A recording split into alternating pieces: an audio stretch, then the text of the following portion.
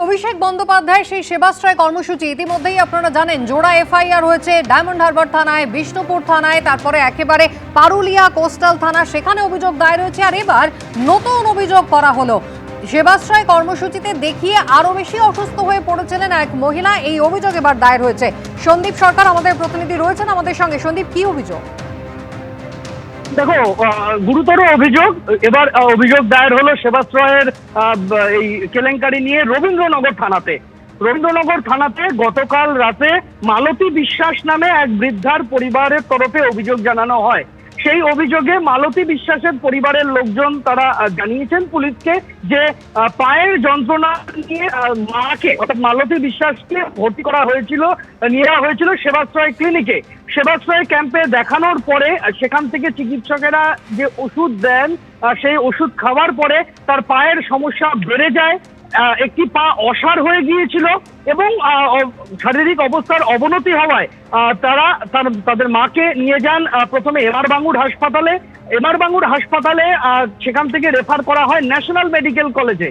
National medical college হাসপাতালের চিকিৎসকেরা চিকিৎসার পর তারা জানান পরিবারকে যে পায়ের অবস্থা ভালো নয়, পা অ্যাম্পুট করতে হবে।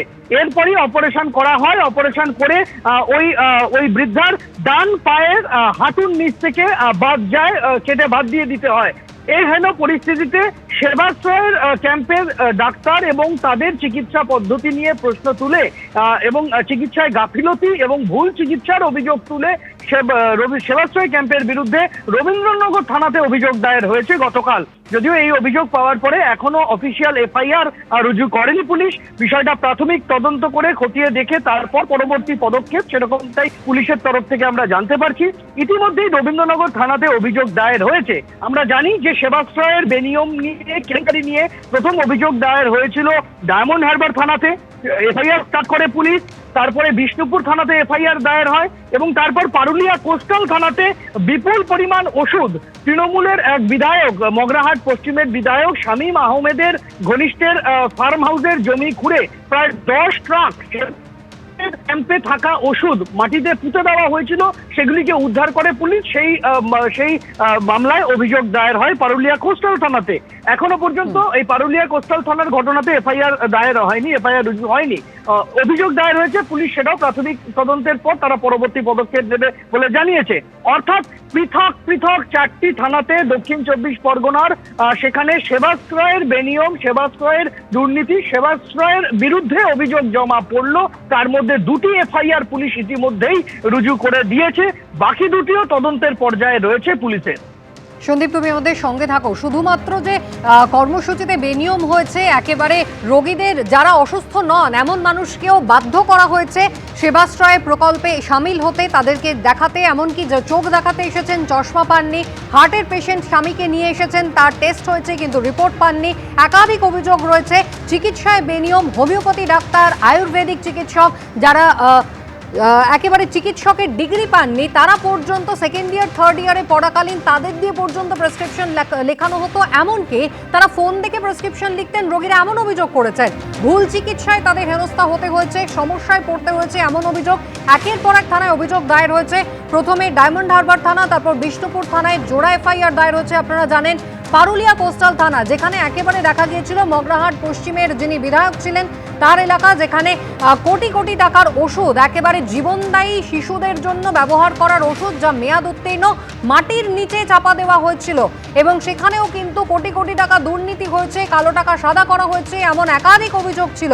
আর এবার রবীন্দ্রনগর থানায় এক রোগী তিনি অভিযোগ করলেন ভুল চিকিৎসায় কিভাবে তাকে হেনস্থা হতে হয়েছে। এই অভিযোগ যখন তিনি করেছেন তার পরিবারের সঙ্গে ছিলেন বিজেপি নেতা অভিজিৎ দাস ববি।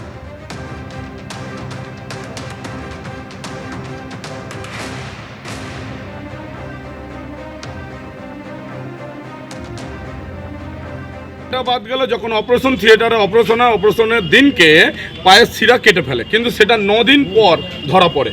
সেটা 9 দিন পর যখন ধরা পড়ে, 9 দিন পর ধরা পড়ার পর পা পছন্দ ধরে, তখন বাধ্য হয়ে সেই সব মেডিকেল বোর্ডরা বসে পা কাটার ডিসিশন নেন। এবং আমার মা সুস্থ সবল মানুষ ছিলেন, হাঁটুতে যন্ত্রণা ছিল, সেই যন্ত্রণা দূর করতে গিয়ে আজকে সেবাশ্রয়ের ভুল ক্যাম্পে, ভুল ডক্টরদের ট্রিটমেন্টের জন্য, ভুল ওষুধের খাবার ফলেতে মাকে আজকে পা সারা জীবনের জন্য পঙ্গু হয়ে যেতে এই যে হবে। ভুল ওষুধটা কারা দিল? ভুল ওষুধ প্রথমে তো সেবাশ্রয় ক্যাম্প থেকে আলোক সংঘ ক্লাবে যে সেবাশ্রয় ক্যাম্প বসছিল সেখান থেকে ওষুধ দিয়েছিল, মডেল ক্যাম্পে যেখান থেকে ওষুধ দিয়েছিল সেই সব ওষুধকে আরও ব্যথা যন্ত্রণা বেড়ে যায়। তার ফলেতে আমরা ন্যাশনাল মেডিকেল কলেজের রেফারে গিয়ে ট্রিটমেন্ট করতে থাকি। দুর্ভাগ্য সেখানে ট্রিটমেন্ট করতে গিয়ে পায়ের অপারেশনে সিল কেটে গিয়ে, এবং আজকে ছবি দেখেন যে মায়ের পা সম্পূর্ণ পরিমাণে হাঁটু থাই থেকে, হাঁটুও না থাই থেকে পুরো অ্যাম্পুটেশন হয়, এবং অ্যাম্পুটেশন সার্টিফিকেট যদি দেখতে চান আমার কাছে আছে। এখন এই যে আমাদের যে মালতী দি আছেন, মানে আমাদের প্রবীরদার স্ত্রী ওয়াইফ, তো ওনাকে শরীর পায়ে যন্ত্রণা হচ্ছিল বলে আপনার এই সেবাশ্রয় ক্যাম্পে, যেখানটা ওই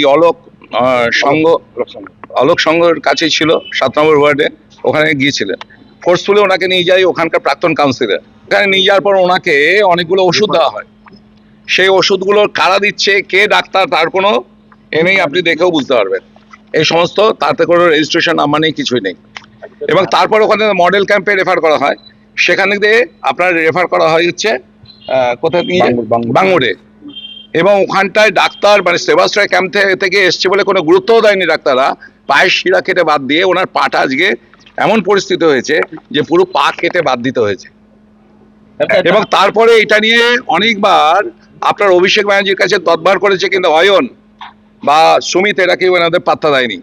এবং পুরো একটা র্যাকেট চলেছিল, এই র্যাকেটের মধ্যে গোপাল শাহ ছিল, আপনার এখানকার লোকাল কাউন্সিলর 7 নম্বর ওয়ার্ডের, যে 10 নম্বর ওয়ার্ডের কাউন্সিলর এবং প্রাক্তন কাউন্সিলররা, সব নাম উনি বলবেন, এবং এরা সমস্ত রয়েছে। পুরো একটা চক্রত কাজ করছে সেবাশ্রয় নিয়ে। তো আজকে এই রবীন্দ্রনগর থানায় আজকে এফআইআর করা হলো এদের নামে, এবং ইনিই করলেন আমাদের প্রবীরবাবু, উনি এফআইআরটা করেছেন। আয়ুর্বেদিক হোমিওপ্যাথির পড়ুয়াদের দিয়ে চালানো হয়েছিল অভিষেক বন্দ্যোপাধ্যায়ের এই সেবাশ্রয় ক্যাম্প। আগেই এমন চাঞ্চল্যকর অভিযোগ করেছিলেন সেবাশ্রয় ক্যাম্পের কোঅর্ডিনেটর মনবুর আলী। ক্যাম্পে ম্যাক্সিমাম ডাক্তার যারা আসছিল তারা আয়ুর্বেদিক, হোমিওপ্যাথিক, ডেন্টাল এবং maximum student, Ayurvedic student, homeopathic student যারা আসছে তার মধ্যে ম্যাক্সিমাম স্টুডেন্ট ছিল আয়ুর্বেদিক। ডাক্তার পাশ করা আয়ুর্বেদিক খুব কমই ছিল, কয়েকজন। হ্যাঁ, ম্যাক্সিমাম স্টুডেন্ট ছিল, যেটা সম্পূর্ণভাবে একদম বেআইনি। এবং এইভাবে মানুষকে নিয়ে ছিনিমিনি খেলাটাও এটা একদম অপরাধযোগ্য। আমি তো প্রথমে চিকিৎসক হিসেবে ক্যাম্পে এসেছিলাম, তারপরে ক্যাম্পে করতে করতে আমাকে দায়িত্ব দেওয়া হয়েছিল। ক্যাম্পটা করেছিলেন অভিষেক ব্যানার্জি, এবং তার সঙ্গে 4-5 জন ডাক্তার মেনলি কন্ট্যাক্টে ছিল, যোগাযোগে ছিল, ক্যাম্পটা আয়োজন করেছিল। তাদের কাছে আমি অনেকবার বলার চেষ্টা করেছি, তারা সেইভাবে আমাকে পাত্তা দেয়নি। হ্যাঁ, তো সেই জন্য আমি নিজের মতো করে আমি ডিউটি করেছি, আমি ক্যাম্প করেছি, এবং নিজেকে আমি চুপচাপ রেখেছিলাম, কারণ তখন একটা অন্যরকম ব্যাপার ছিল। মুখ খুললে হয়তো শাস্তি পেতে হতো, যদি মুখ খুলতাম হয়তো আমার বিপদ হতো। এবিপি আনন্দ, এগিয়ে থাকে, এগিয়ে রাখে।